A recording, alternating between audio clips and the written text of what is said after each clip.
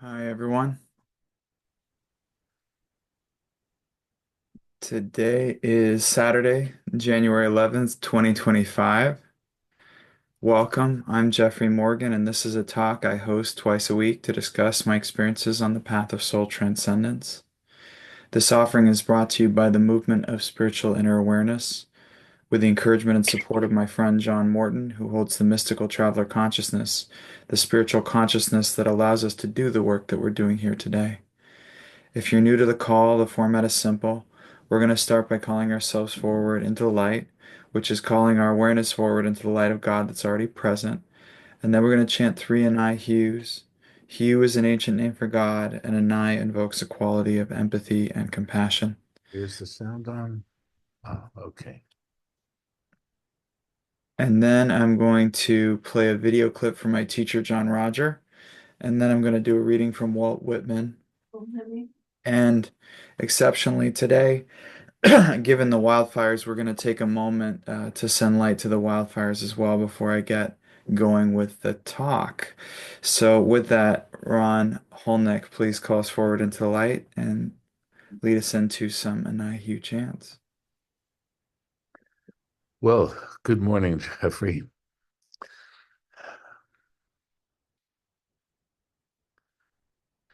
Lord God of all creation, we come before you this morning with love in our hearts.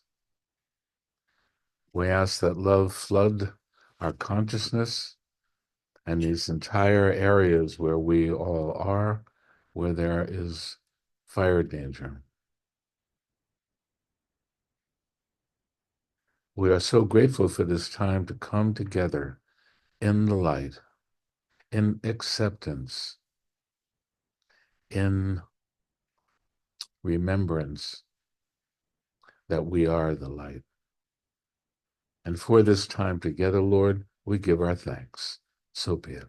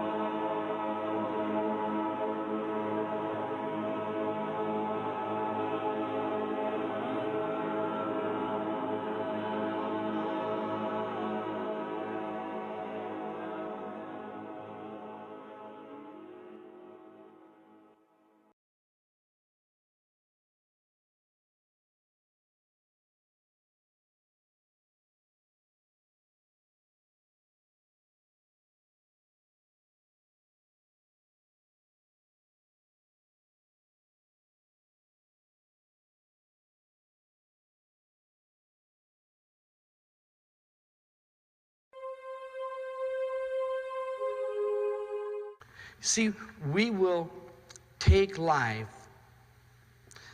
the gift of experience of having individual growth through individual experience to expand conscious awareness in ourselves to such a rate that we can expand into the omnipotent, omniscient, divine and flow into that and drop the personality of separation, which is the veil between us and the spirit, is our personality, called who we think we are about ourselves and who we think we are about you, not who we all are together.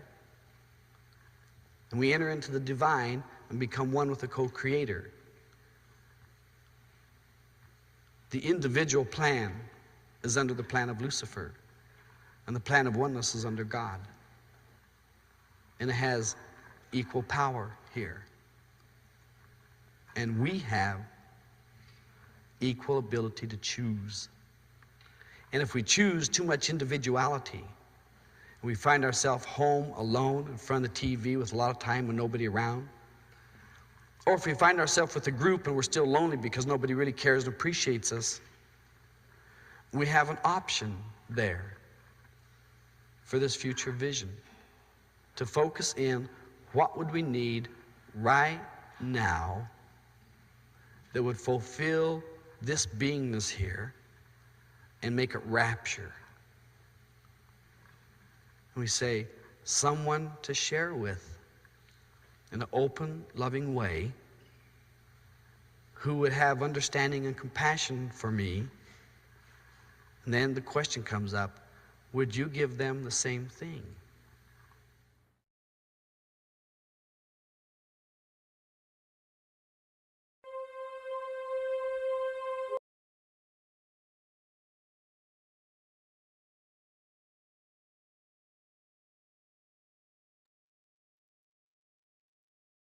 All right.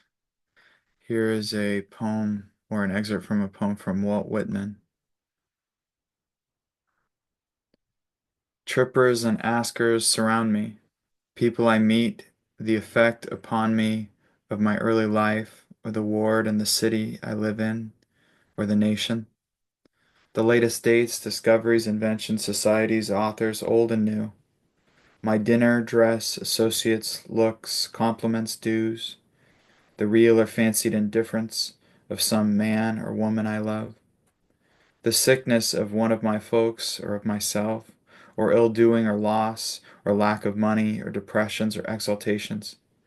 Battles, the horrors of fratricidal war, the fever of doubtful news, the fitful events.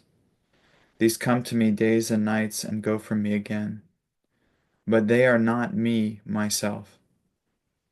Apart from the pulling and hauling stands what I am, stands amused, complacent, compassionating, idle, unitary. Looks down, is erect, or bends an arm on an impalpable, certain rest. Looking with side-curved head, curious what will come next. Both in and out of the game, and watching and wondering at it. Backward I see my own days where I sweated through fog with linguists and contenders. I have no mockings or arguments. I witness and wait. All right. Well, a lot's going on here in Los Angeles. Wanted to take a brief moment just to see the light going to all those who are affected by the fires. So we'll just take a brief moment and I'll lead us in a kind of visualization to assist with that process. And then we'll go into talking about whatever you would like. So if you'd like, you can close your eyelids. Sometimes it's easier to visualize that way.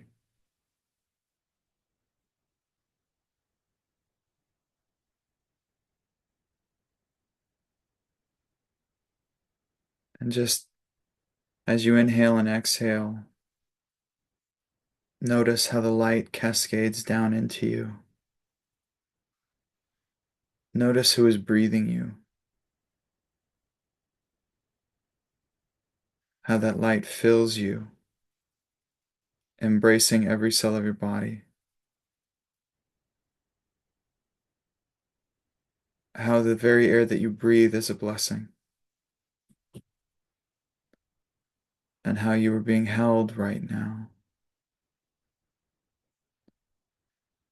And you realize that this light that's cascading down upon you is coming from an infinite source, a great vortex of light over Los Angeles, over the place where you are.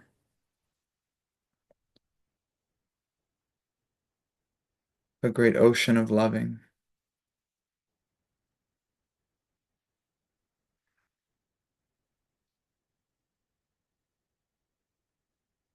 And maybe you see above Los Angeles a beautiful spiritual form,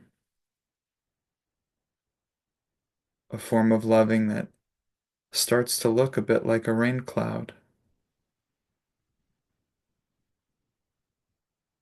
And you see that loving form floating over all the areas affected by the fire. And you see it start to rain down upon it.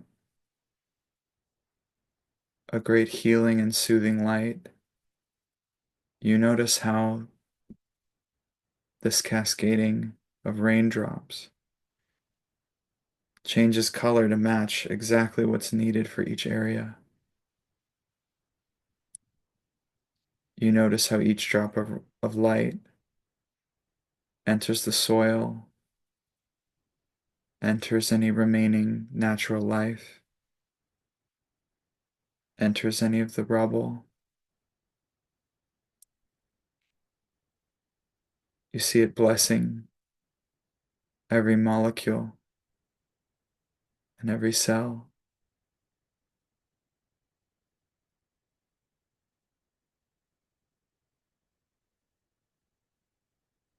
And you notice as these raindrops of light pass into each of these objects and people, each of these plants, each of this rubble,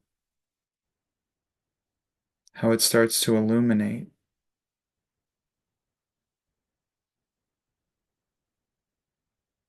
It's as if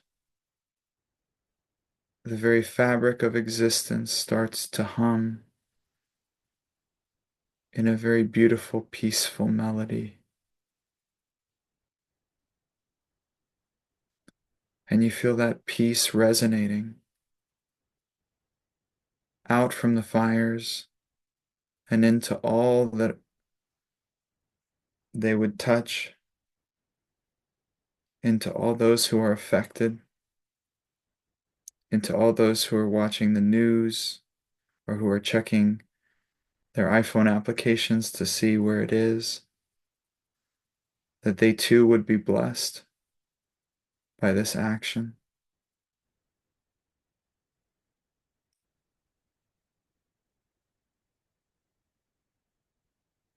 And we see a great healing of loving and light through all the angels that preside over this action and the Davic forms who are involved, that any clearing and transmutation and transformation that's taking place through this process, let it be done through grace.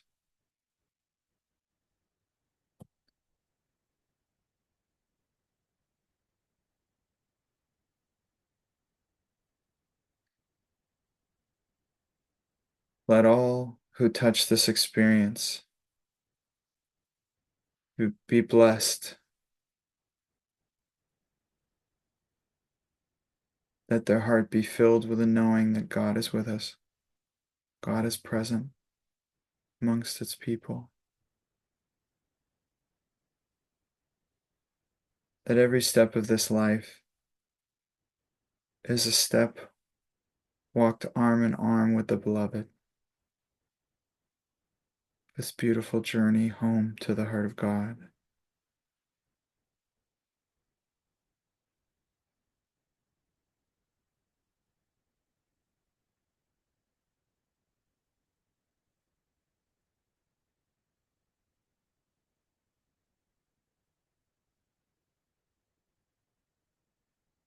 And at this time, allow your soul to see as you through your eyes and to know that you are seeing the higher spiritual perspective of this action and the perfection of what's present.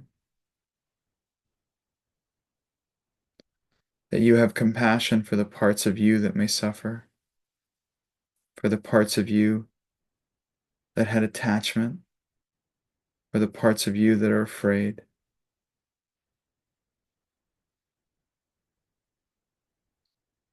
That loving is extended to those parts as well.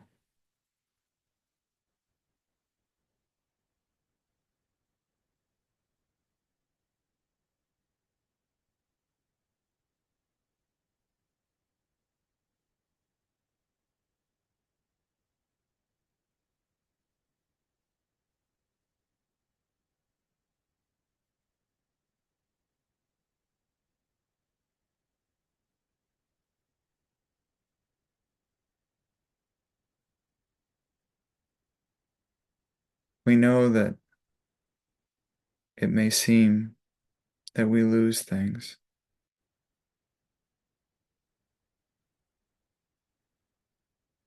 but truly the only thing that has ever belonged to us is the loving that we are.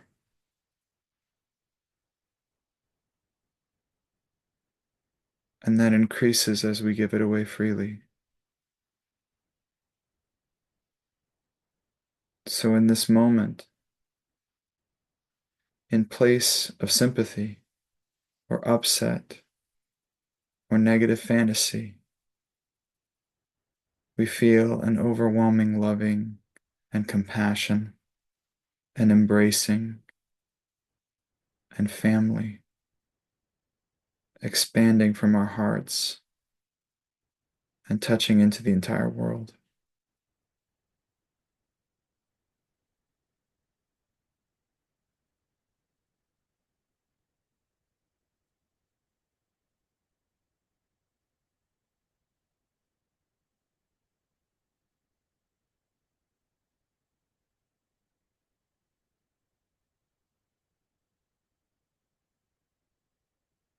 To all that is tumultuous in our world,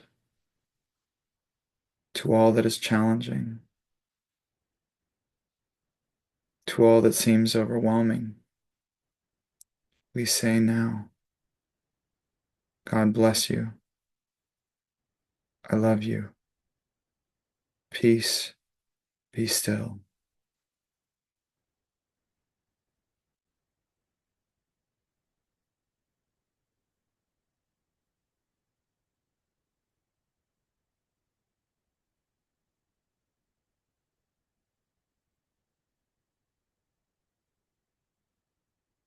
Okay. Hi, everybody. We can talk now.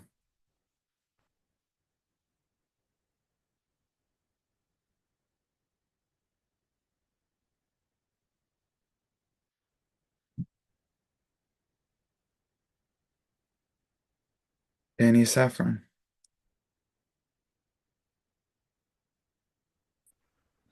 Well, I wrote this down in the last hour to ask you, and you answered it in a lot of ways just now. So, JR spoke of expanding in the midst of contraction, and I was reflecting on that after having our two dogs, our 15-year-old lab euthanized in November, and our little dachshund corgi, probably 14 to 15, euthanized this past Tuesday. And then all the death and destruction in the Middle East, the Ukraine, et cetera, the fires impacting millions, and the president-elect looking to deport millions who do essential jobs like farming, restaurants, yard work, and house cleaning.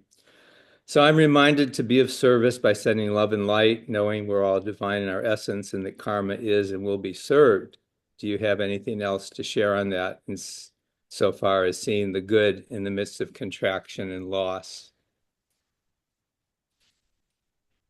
Yeah, to a large extent, the contraction and loss you're experiencing is more at the level of the story you're choosing to tell about your reality. So you stated all of what you just said as fact, but do you know that all that's true? No. Do you really know? Now Well, it seems you can know that what you see on the TV is something, and you can know that you love those people, and you can send that loving, and you can have that experience. But all that other stuff was more of a mental concoction, if you really consider that.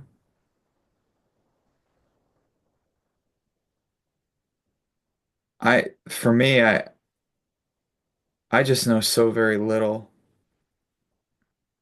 and I have such challenges when I think I know something that I don't. I think at a functional action level, somebody calls you, they ask for something, you go do that. That's just responding to what's present. But there's a kind of an integrity and honesty when we talk about what's present. And even the situation with your dog's still present with you inside of you. It's the loving that you felt when you were with your dog. And you can be yeah, with we that all get the time.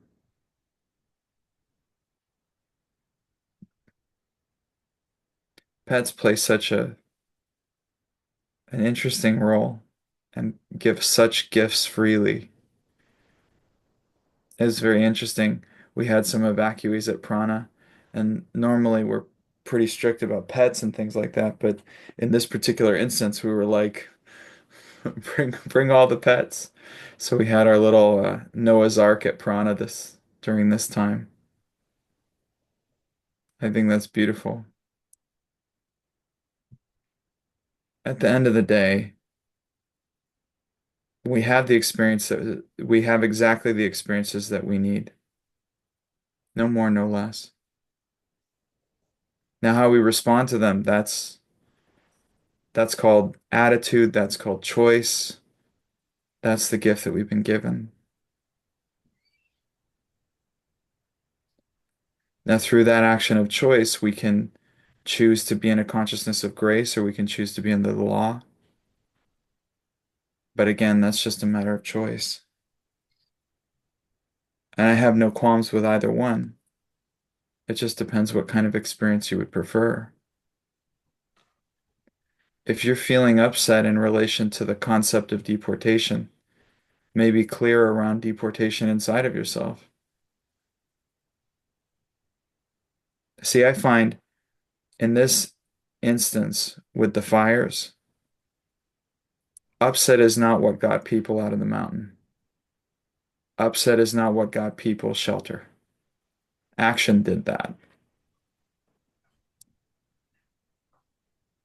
Upset is something that we can do to process our stuff, but let's just be clear what we're actually working on. We're working on our stuff. And just understand that if the world has to change for you to feel happy, you're in prison. If the world has to change for you to feel loving, you're in prison. If the world has to change for you to feel peace, you're in prison. There's always going to be a reason to think negatively about the world. And you've proven that time and again, right? You can always find something on the internet or on the news or on the something. Even when things are quote unquote good, there's always something. It's really just a matter of interpretation.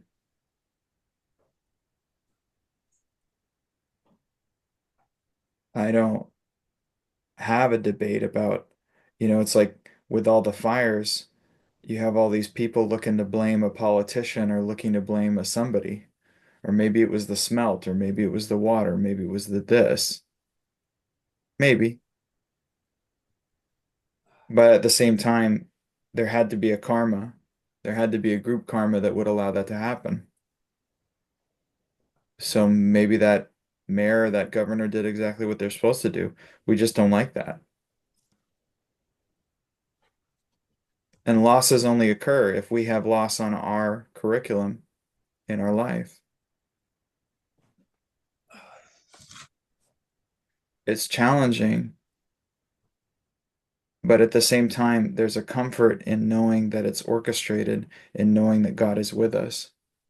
But it's also a comfort to know that grace is present regardless of situation or circumstance. We can love ourselves, we can love what's present, we can have kindness, and we can have sweetness with ourselves and others, regardless of what's present. I remember reading Man's Search for Meaning by Viktor Frankl and thinking, wow, that's a very powerful attitude for a concentration camp. I mean, I can't imagine what they went through. I mean, I could try, but it's hard to imagine. But even in that circumstance, people could stay loving, stay positive. Now, that's some difficult karma to walk through. And I have such immense compassion for those who have lost homes or are under threat of losing homes. But that compassion for me is a compassion of action. It's called calling people and saying, what can I do for you, beloved? Is there something I can do to support you? Do you need shelter? See that to me, it's like I could debate politics all day long. And I learned long ago, I mean, when I used to do the service and lose a lot of sleep and uh, and go to the midnight mission, I could debate with some of the people that would show up to serve. They would be like ultra Christian, Republican, all that kind of fun stuff that I was, kind of raised not around and uncomfortable. But they showed up and they served. To me, that's what counts. All the energy we could spend judging a politician, we could also spend serving someone. So to me, that it's pretty clear what if you're sitting around feeling a victim to the world, go out and serve someone. Go out and feed somebody who's unhoused in your town, and you'll feel great. You won't even think about the politics or the news or any of that stuff. Because at the end of the day, that's artificial. What's real is me loving you right now. That's real. The rest of the stuff, that's just words. We got plenty of word salad in this world. I've had my fill of it. I've also eaten enough humble pie for a lifetime, but I never get enough service. Yeah, it felt good to give a shirt that has slight tear in it to some homeless guy last night and downtown Tucson. I saw a blanket this morning that I got at a Living in Grace. It said, JR, the only grace is loving God. You were just reminding me of it with what you were saying. You know, I've been playing with that notion, and I've challenged others to do so as well. If you feel like you're not getting something that you really, really want, try giving that thing to someone else. So if you feel like you're not getting enough money, donate some money or tithe. It's astounding what that looks like. If you don't feel like you're getting enough safety, give that safety to someone else. If you don't feel like you're getting enough love and attention, give that love and attention to someone else. It's like, yeah, I mean, for me, it was like they wrote about it in the Bible, and I just thought it was just words until I really got it.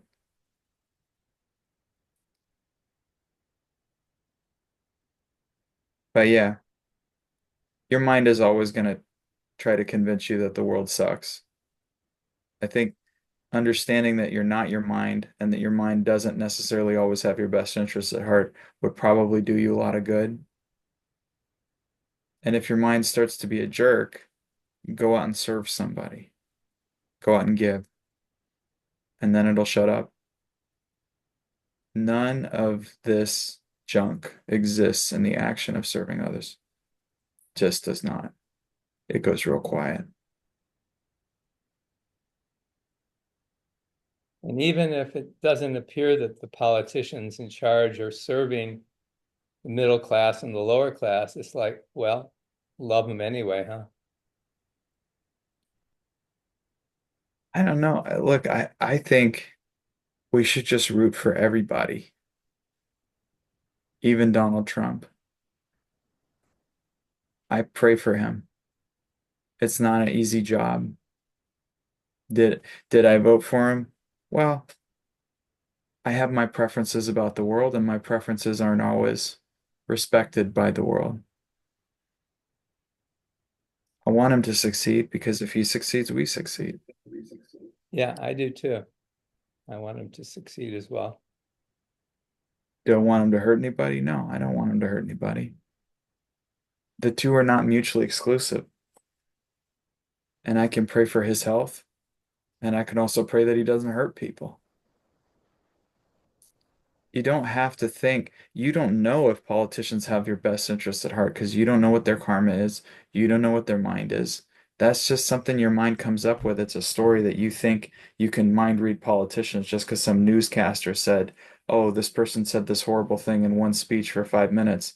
Therefore, this is the totality of their consciousness. You don't know these people. To know somebody is to love them. You might even like Donald Trump personally. You may not like his policies, but you might hang out with him and be like, hey, he was really caring and sweet with me. Seems to have some issues with, seem to have some psychological issues maybe around some women, and that's unfortunate. And I hope he gets the help that he needs from a good psychologist. Something like that. I have a psychiatrist friend at the schoolyard I used to take the dogs to, and he just said with a chuckle, he said, "Well, he's a sociopath." And he just told us what his behavior is that indicates that, but he didn't seem to get upset about it. He was just observing it, as his profession, and Well, it's nice to take the charge off of it. or how about this? He's a soul having a sociopathic experience. Okay, that's a better way.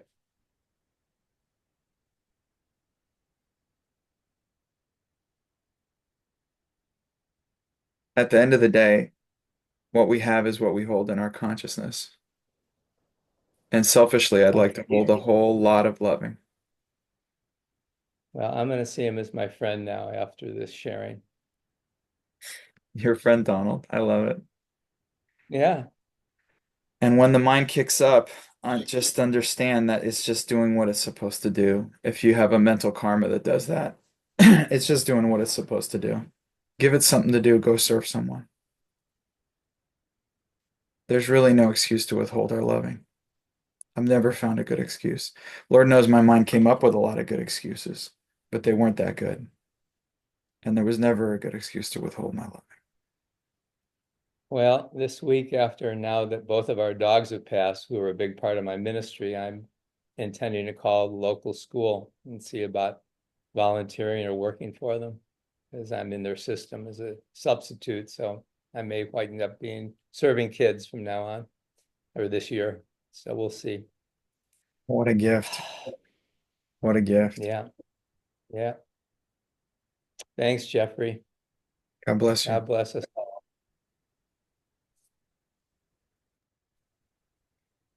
All right, Richard and Lelania. Hello, good morning. Good morning, everybody. So this has been an interesting experience because Danny pretty much addressed my question as well as everything that we talked about today in general. And then you spoke his name, and I got very upset, and it went right back into the chaos of politics and what that means to me, and the idea of being in the oneness and loving. Like it just really hit me again, where I almost started crying, even though um, we just spoke about how to release it and be in it. And I've also been playing with calling back all of myselves that have been pushed out of my consciousness in a way, like the parts of myself that I rejected, pulling that back into my consciousness. So right now is very apparent that that part of myself that I would judge as arrogant and stuck in the illusion of power, the part of myself of ego, the part of myself that knows the right and that everyone should do the right thing, that is attached to the politics right now and the judgment around all that. And so I get very upset and angry and sad around that control, the illusion of control that obviously I do not have. Um, and what you said earlier about the world doesn't have to change so that I feel like I'm in control. You said it perfect, whatever you said. So, anyways, can you just put a little bit more light into all of that since it is now even more present than it was before? That's good.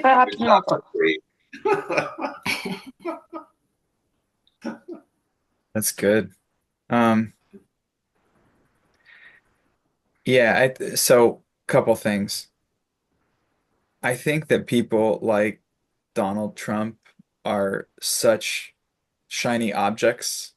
It's very convenient, and we can process a lot of our stuff indirectly through someone like that who's on the TV who says outrageous stuff. But I think you're right in the sense that you're really dealing with your consciousness and what's going on inside of you. And those parts of you that you've decided are unlovable. See, it's really interesting. I studied with this Hasidic rabbi for a period of time who said something very interesting about the Garden of Eden. And he kind of said, so he said, first off, there's a lot of mistranslation, right?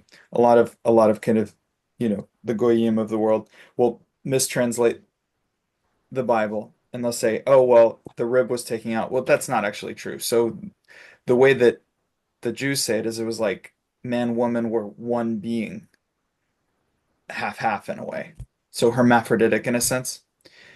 And in that completeness, they had a godlike relationship with God. So it's the positive and negative polarity coming together in oneness that gave almost like a godlike beingness. So the complete beingness of human expression is a reflection of God. God made humanity in his own image. You could say more, the soul was made in God's own image. And then what happened was when they were split in order to create male and female polarity, then they ate from the tree of knowledge of good and evil. Then they could no longer reside in paradise. So if we say esoterically, paradise is like the presence of God. In the presence of God, there is no knowledge of good and evil as something that's separate. And even polarities are not compatible with that expression. That God's expression is the fullness, right? When we separated ourselves and then decided to judge that separation, good, bad, right, wrong, yes, no, up, down, all of a sudden we could no longer reside in that consciousness. And there was an angel placed at the gate, right? So, or a flaming sword, rather. But the understanding is that, in a sense, we reconstitute ourselves through a process of experience of that wholeness of who we are. It's as if we fragmented ourselves through judgment. And by reconstituting ourselves in the fullness of our Christ itself, we re-enter the garden and experience that direct relationship with God beyond time and space. So, in a very practical way, I do forgiveness and healing in this whole process. And I almost see a reconstitution of the body that I've cut up through this process of judgment and the divorce of right wrong.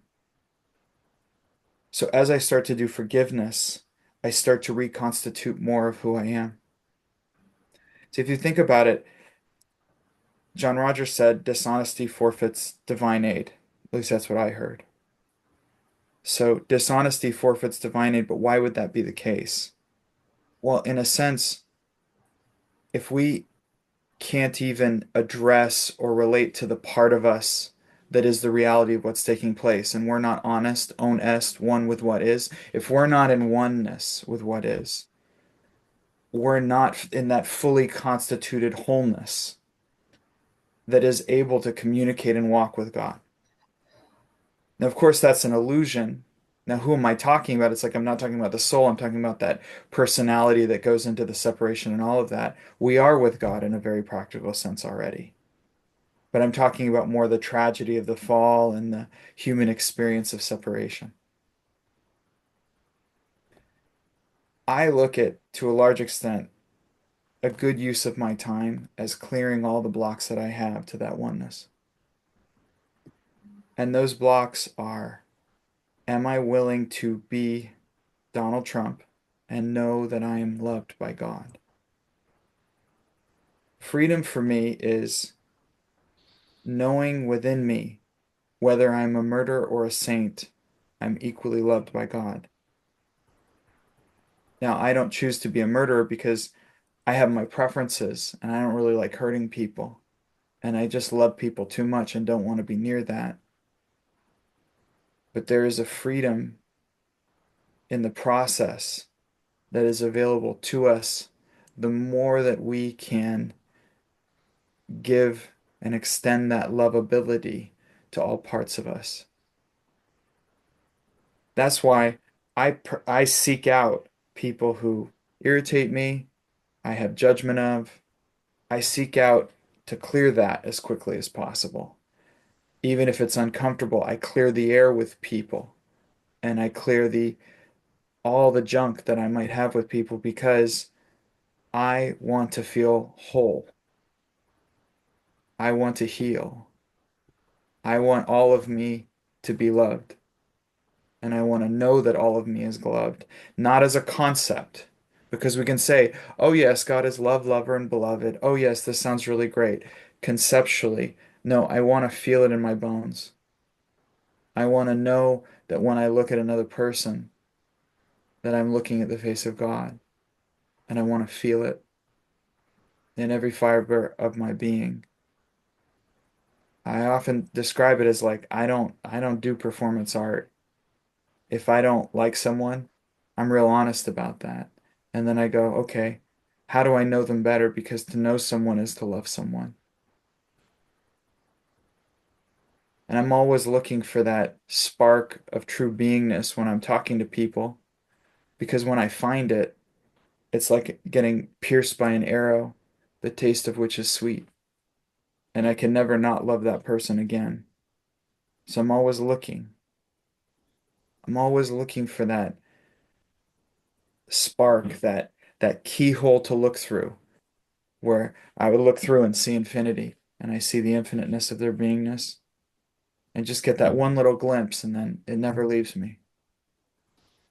And there are those people that you're going to meet that are just so easy to love, and it's like, oh, thank God, my karma made it real easy to love these people. But then the people that come forward that are real difficult to love because of the natures of our karmas, that's also a blessing too, because that challenges us to step forward, and that challenges us to face the parts of us that we have deemed unlovable. That's why when I was talking to Danny before about serving and giving, it's like if you want loving, if you want to live in a world of serving and giving, go serve and give. It's like I started doing this talk. If you want a talk that has a lot of loving and a lot of the beloved and a lot of Christ consciousness, just go ahead and bring it, stupid. Go ahead and do it. It's like, yeah, okay. I could I could sit there and Monday morning quarterback that other events weren't doing what this energy was doing, or I could just go ahead and hold for that. So I'm here selfishly because I want to be in this presence. It's not me doing anything. I'm just moving my mouth. But the presence that's here, that's the real stuff. And that presence is such a gift. And I found it with random people on the street, people at the bank. It's not exclusive to any spiritual practice or any group of people. I felt it with an atheist. I mean, that's really fun when you have like a debate with an atheist and then the Spirit of God comes forward and then you go, well, that's funny. And they go, oh, yeah, I feel so good around you. And you're like, okay, you feel so good around me. Got it. Okay.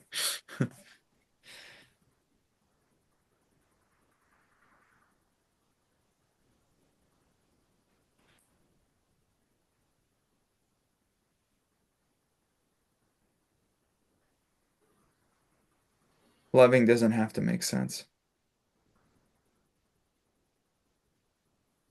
It doesn't need an instruction manual. And it doesn't need to be earned because if you want to you could look at almost anything in existence on this level, and you could say it's not worthy of love if you choose to do that. If we want to experience God consciousness, we got to put ourselves in the way of God consciousness, and God loves all of its creations. So if I want to be more in the presence of God and in the awareness of God, I better start getting into the business of loving all creations.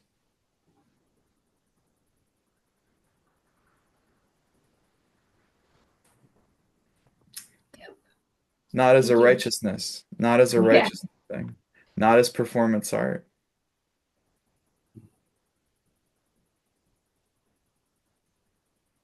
as a Yeah. real, silly, messy, wonderful human experience. And to love that too, to love the parts of you that get angry and triggered, and to know that they're perfect as well.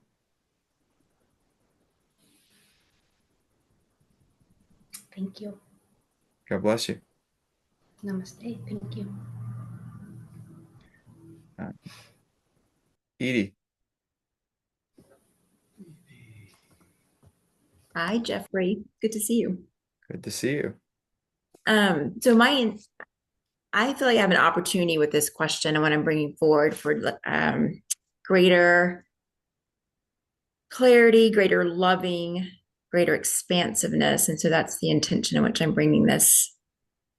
And one of my intentions that I've been working with through DSS this past several months has been around being ruthlessly available to serve the highest good. And holding this intention, I found myself in this awesome job that I feeds my heart and soul and really feels good, and service drives me, and I just it feels really good. Hmm. And I can't stand, I have an opinion. I do not like the environment and circumstance in which I'm currently residing in. And it was good enough for a while. And but I'm still holding on to this intention of ruthlessly being available to serve the highest good, and also recognizing or understanding deeper ego opinion, um, loving myself, serving what's in the highest good, maybe with regardless of my ego. I'm getting it all confused because I think I'm overthinking it and it's in my too much in my head. I just would love to hear your thoughts about serving the highest good, and how do you follow that and go above your opinions or your ego about it. Well, it's tricky, right? Because you asked me the question, but you have a little bit of a karma going around holding yourself to a high standard. So if Mhm. you're asking me, how do I make you meet your standard? I don't know that I have an answer to that. Like you have an idea in your head of what transcendence looks like, but transcending or doing what's for the highest good might be you screaming in your boss's face. It doesn't have to look pretty, and you'll be the one who knows whether it's loving. And you may just have a very difficult karma with bosses. I certainly do. It's Okay. I funny. mean, I'm really, whatever makes you happy is fine. We're having some muting issues today. Um,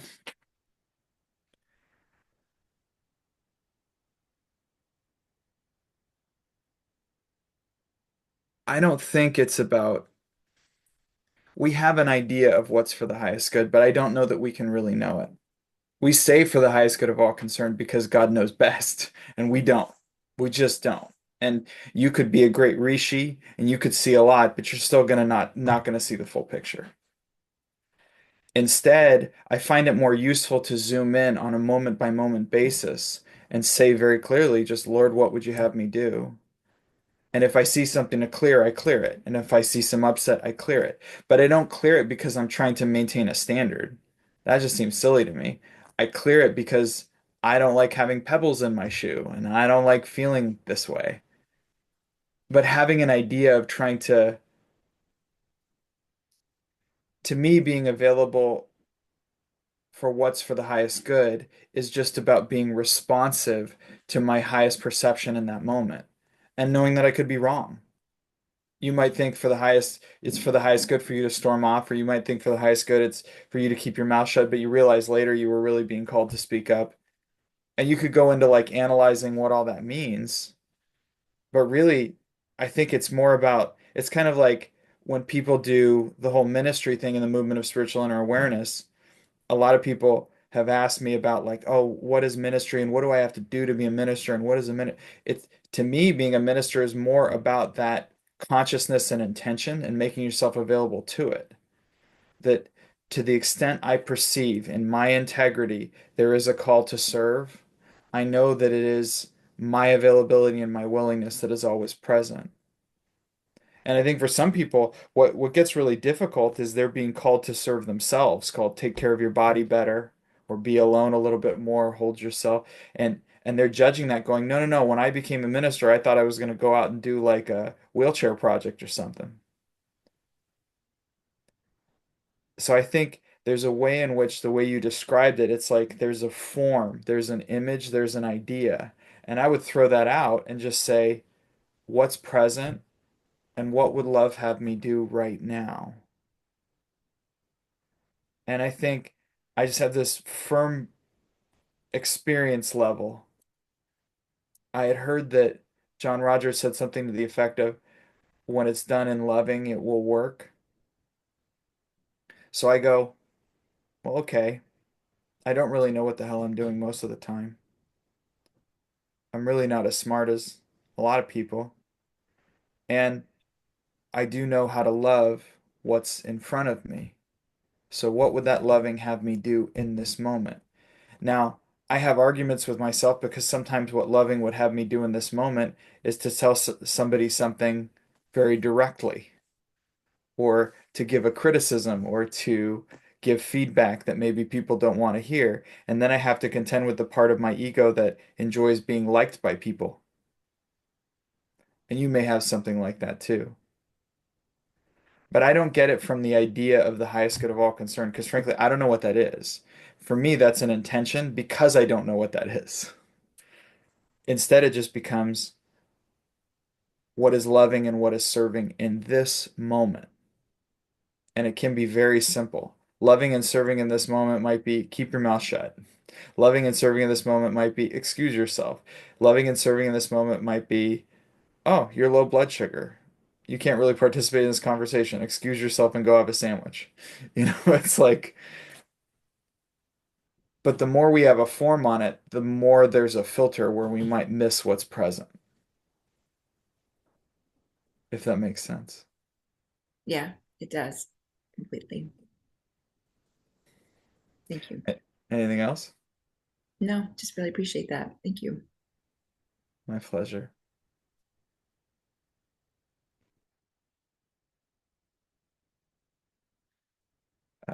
Okay. Samine.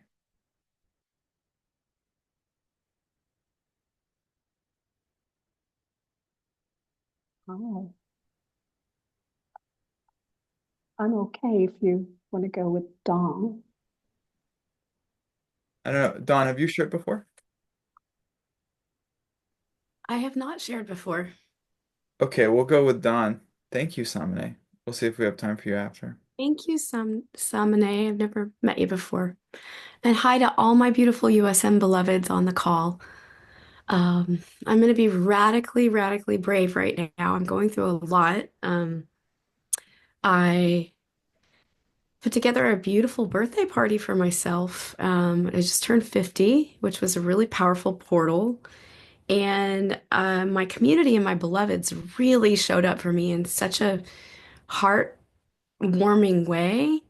But I've had a so-called, I thought, friend and mentor in my life for a year that simultaneously was very, very nasty to me on my actual birthday and around my party. And then coupled with once I paid in full for the event space that I actually was having the event at, they were yes, yes, yes to all my accommodations, and then very rude and disrespectful and screaming at all my people. It made my experience very, very awful and horrible. So I'm literally seeking small claims court, and which I've never done in my life, but I really do feel like God is giving me the biggest opportunity to like stand forward in my integrity of like paid a lot of money to host this beautiful event and did my best to accommodate, and I just did really my best. I was showing up with great integrity for myself and loving and doing my best, using my USM skills. I've had a lot of movement in the clearing process around the friend, Robin, and how she got super hateful with me and like blocked me on Facebook, owes me money, denied me of being able to train in her retreat in May. And it's just mind blowing, honestly, what I'm experiencing, but I am leveraging it for myself. So, I had a really deep understanding of like her suicidal place she's in her life was a reflection of many years ago when I would quit on my business. And when I was years and years ago, when I was an exotic dancer, I would have this loop of feeling very depressed when things didn't work out for me. And I would choose those thoughts of suicide. So I met that in her and her reflection of what's going on as my own. And I did a lot of there's been a lot of deep insights coming forward. So I feel like God is helping me lift and clear the material around what's going on.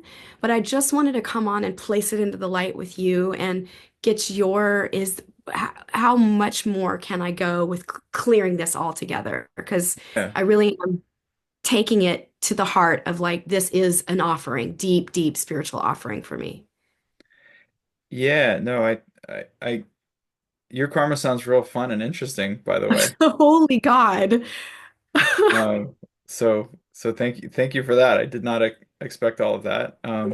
It was Neither did really I. fun, really fun to go on that journey with you. Um, as far as working with it, um,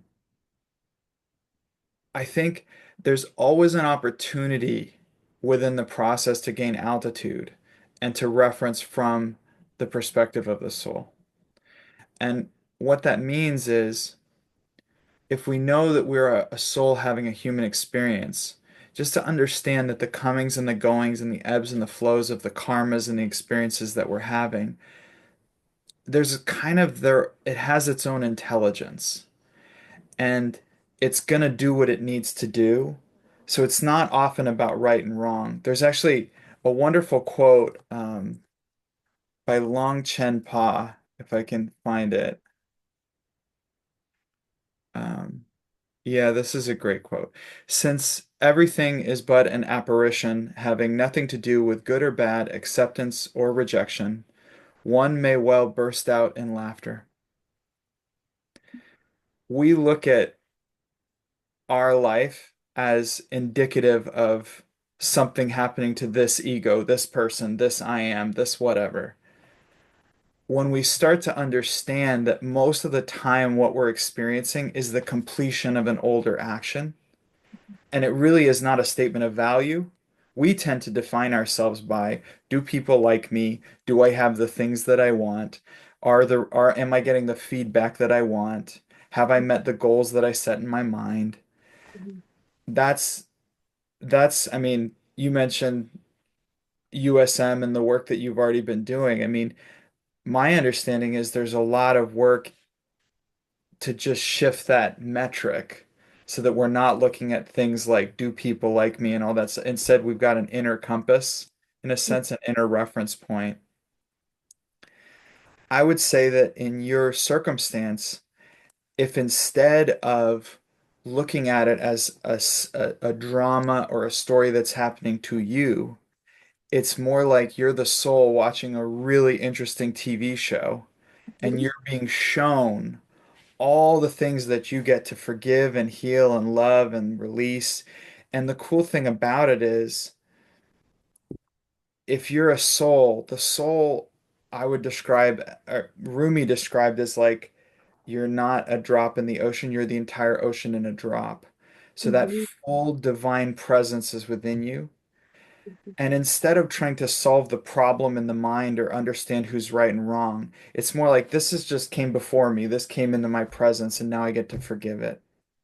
I've So been I do doing pretty, forgiveness work. Yes. so I do a lot of one thing that most people haven't tried that I've gotten a lot of value from is I will visualize myself as the other person and do self-forgiveness. So so if you mentioned her name's Robin, so first off, everybody just send light to and loving to Robin. And you would literally be like standing in her shoes or sitting in her clothes or whatever, and just like you see yourself as that, and you just be with that, and you start saying the forgiveness statements. I forgive myself for judging myself as or for, and all the things that you judge about her, because ultimately, what we're taught is all relationships are inside of us, and there's no excuse to withhold our loving, right? So if all relationships are inside of us, The Robin that you're angry with and having disputes with or feeling mistreated by is the Robin that's inside of you, which means you're carrying around a very disruptive and upset Robin inside of you. Mm. So I just go, okay, that's it's not about, oh, she reminds me of this past experience that I had, and oh, she reflects back to me. No, in a very real sense, she is you. She's in you. You Yeah, wouldn't experience any of this if you weren't already that person. absolutely. I And 100% agree with you. and so for me, I do things like self-forgiveness as that person, or I might bring them into my consciousness and see different color light working with them and releasing in them. You start to see the pattern and start to realize this is just the privilege of completing. Mm, That's gorgeous. all karma is, right? You had an incomplete action that originated somewhere, and now you get to complete it. It's like the joy of making your bed. It's like the joy of leaving a place better than you found it. And that's always something I was raised with my it's so funny. I would always ask my father for advice on stuff, and oftentimes he would just say, "Well, just make sure you leave the place better than you found it."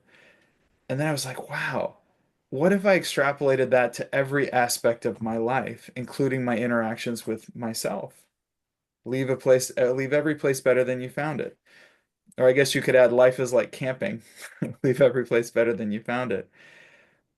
But I feel like that consciousness of everything I touch turns to soul. Leave every place better than I found it. And then also the gratitude, because right now you have some story about the relationship with this other person, but it really becomes more like gratitude. Wow, thank you for the opportunity to work this process with you. I I was never doing would that have, this morning. I never would have found all this junk in me that gets to be loved and cleared if you hadn't have done what you did. So thank you for doing that. I've And been thanking gratitude you.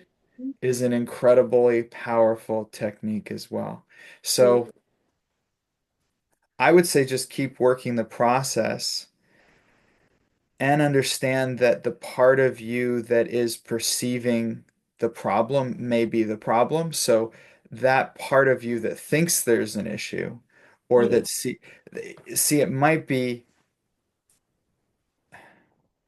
it might be that there's a deeper part of you or a deeper beingness that you're becoming aware of or that's activating in you that no longer has these issues.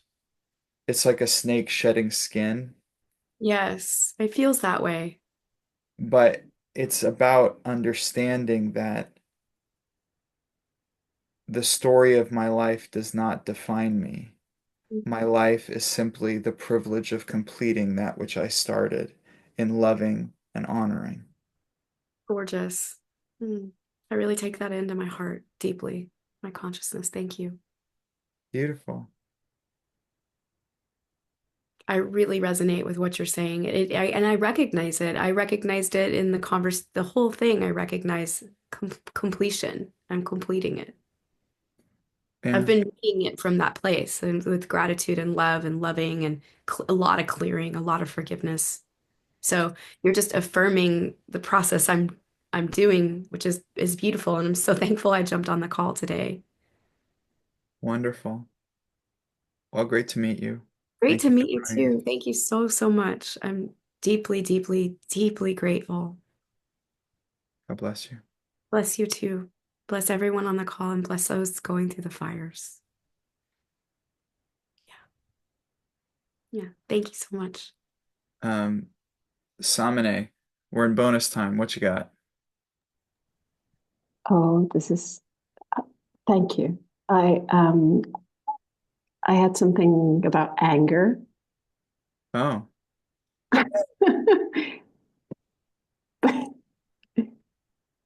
And I seem to have figured out that mm, I don't, I probably don't know how to deal with anger in a mm, constructive way. Like, I think whether I ignore it and stuff it, or, or maybe it's, yeah, when I express it, it's really painful to me. It's too much energy coming out in a very powerful way. Yeah, it's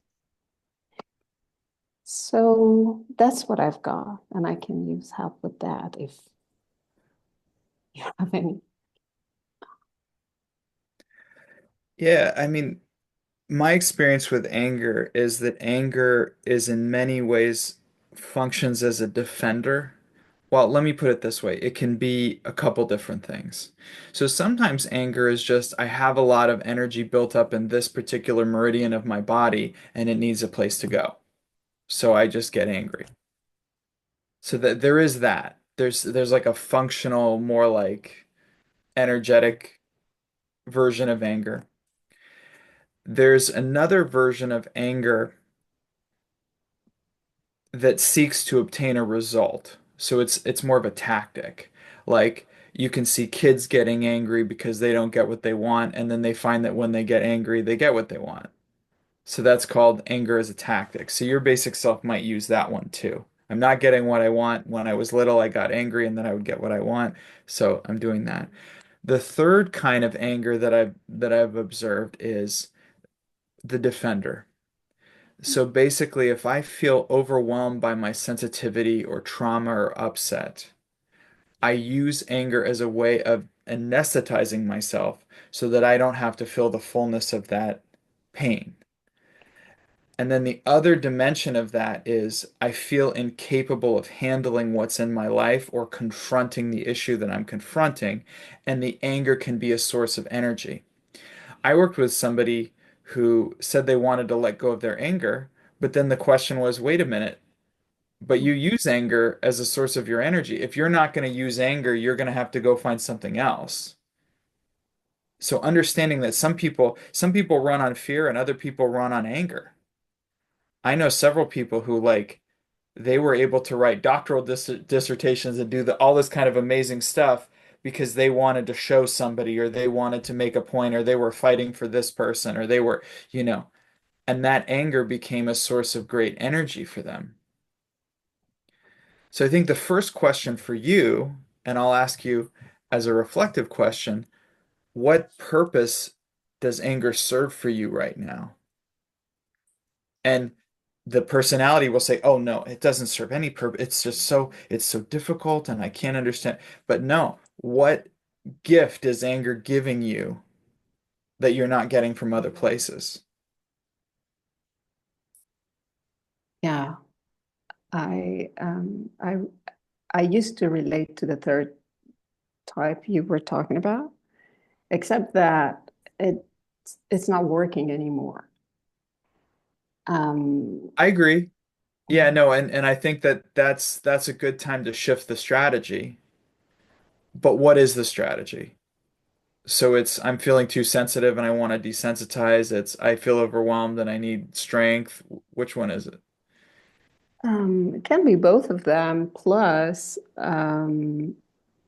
there is both of them are correct. Like both of them apply, and there is, oh, this is very interesting because earlier today I told myself it feels like a dead anger, like a dead pain, like something that used to be there, like something that was there in a more powerful way, in a more present way, but it's like the residues of that. I don't know how to better explain that. Anyway, and I think what is to be honest, I was surprised to feel it today. Something came up yesterday. It touches on many aspects of my life currently. And I was, you know, dealing with it until this afternoon when when I had this sort of like a wild animal roaring come out. And then I Oh, felt, oh nice. my God, this is really uncomfortable. This is really painful. And when you started that process this morning, in the beginning of the call, it helped me release a lot of that. Like I was all tensed up and I really felt that. So I'm not sure if I answered your question or any of this can give more clarity on, but that's that's what I have. Yeah. So when energy builds up in the body over time through things like trapped emotions and energy that builds up in the nervous system, even after we're out of the situation. Because, like, your mind is going to tell you why you're angry, but it's usually going to be wrong. You get that? Yes. Yeah. Yeah. This bass backwards, just completely twisted. Yeah. So sometimes the anger is intended for somebody long ago in another country, and it builds up in the body over time. And as you start to clear, you say, but wait, I'm living in this wonderful way and I've done all these classes. Why am I so angry all the time? Well, it's like if you ate really, really bad food and then you had to vomit it all up, and then you have to taste it on the way up and go, why am I tasting all this horrible food? Well, you put it in there and now it's coming back up the same way. So there's incomplete actions and incomplete expressions of anger in your body and in your consciousness from long ago, sometimes even before this life. And you're having trouble because it doesn't seem to, it's kind of anachronistic. It doesn't fit the circumstance that you're in, and it's very, very intense. Disproportionate. Yeah. Yes. So there's a couple ways to work with that. Understanding that it is trapped energy, you have to give it an outlet. So giving it an outlet would be like the freeform writing and burning it. It can be screaming into a pillow. But if you know it's in there and you're disassociated from it, you might just go ahead and scream into that pillow anyway, even if you don't have anything to be angry about, just because you know it's there. I'm talking about, like, right now it built up the pressure and then you screamed and it was a whole thing. But if you just had a daily practice that was kind of funny of like, oh yeah, I take 5 minutes a day and scream into a pillow, it's awesome. I love it. I think I totally relate to what you say. It's just that it's physically very uncomfortable for me. Right. Sometimes I get painful afterwards. Yeah, so part of the pain is also the resistance level. So Yes, part of, that yeah, so resonates. what happens is if you trapped a lot of an emotion of anger in your body over a lot of years, but you also trapped another emotion of suppression from being within a context where it was not safe to communicate anger as a woman, for example, those two are going to fight each other, and that fighting is going to make your voice hoarse, and it's going to cause aches in your joints, and it's going to potentially make you very tired and even throw off your hormonal system. So you've got to clear both sides. So it's like releasing yourself from the belief that it's unsafe to express anger, clearing any memories that you may have associated with how you were treated in that context. Do you understand what I'm saying? Yeah. So you got to look at both sides.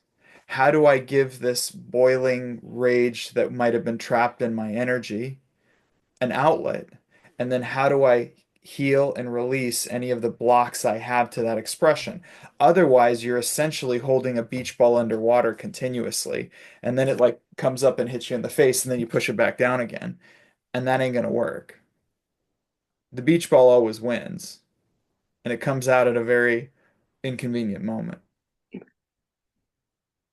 So you got to work both sides, and and the key here is the tricky part is your judgment of that anger triggers the other thing that tries to suppress it. So you have to be very, very accepting of the process and think of it more the way you think about going to the bathroom or really, or doing a sweat lodge or, it's think of it as a detoxing process and don't think of it as an emotional process because your mind is going to always look for why you're angry, and it will always find it in the people that annoy you the most, which are often members of our own family or parts of our own history, but it's not true. It's just energy that seeks its own release. Now, what will often happen is once you start giving it a voice and giving it a way out, you may have memories that come up that bring you back into where that thing got lodged in there in the first place. And that would be an opportunity to practice unconditional loving and just seeing that loving start to dissolve those images and clear it. Because you're not seeing something that you need to work with. You're seeing something that's being released. You're seeing something that can be let go of. You don't have to fix it or resolve it. Oh my God, why am I remembering that? I must have an unresolved memory. Or you're vomiting. And of course, you're going to see the color of what you ate because it's got to come out again. You don't overthink it. Just give the energy a place to express itself. We're not human individuals, I find as an inaccurate way of relating to consciousness. We are human consciousness systems, and each part of our consciousness is equally deserving of our loving and care.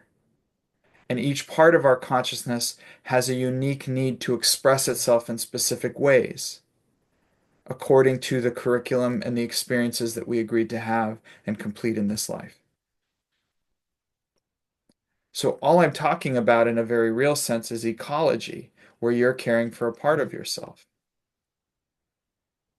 You're calling it anger, but you could just as easily call it flatulence, right? It's just releasing old toxic energies from your consciousness because they don't work anymore. You have to release them. People may not like being around them, just like people may not like being around your flatulence, but that doesn't mean it's wrong. It's called the process of releasing toxicity from the system.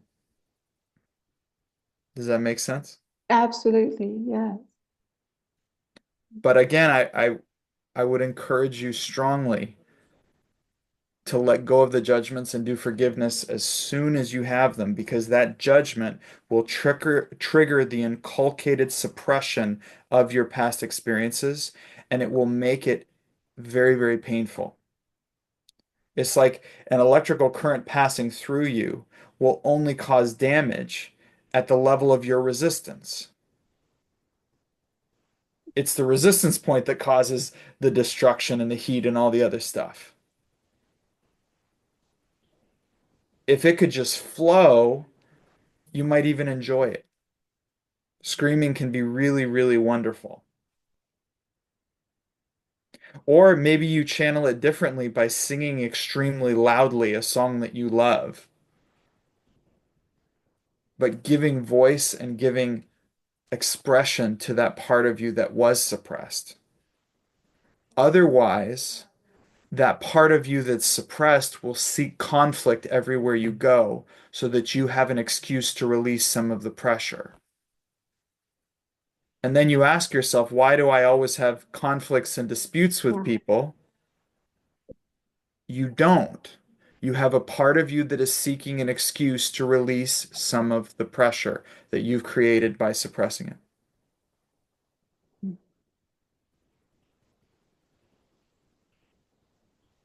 That resistance really resonated. Yeah. So, like I am looking for ways to release it because it's become apparent to me that that's the thing to do.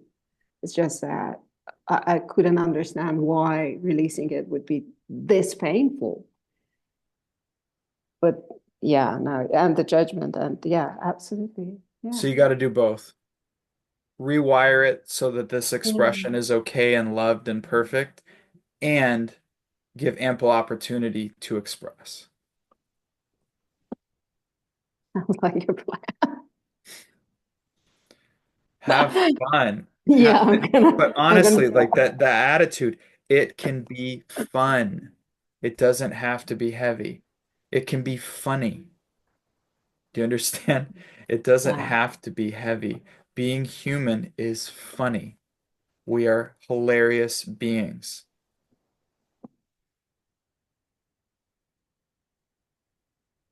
Thank you. Thank you. Thank you. All right, everyone. Thank you, Samne. Thank you, everyone.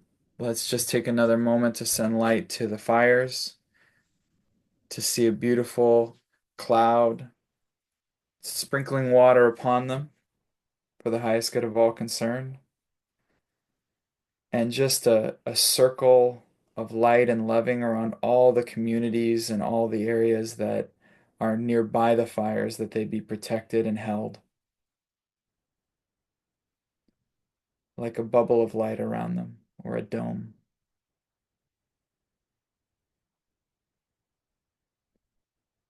Thank you, everybody. Be safe, be well. Take a minute to love yourself today. God bless Love you. you, Jeffrey.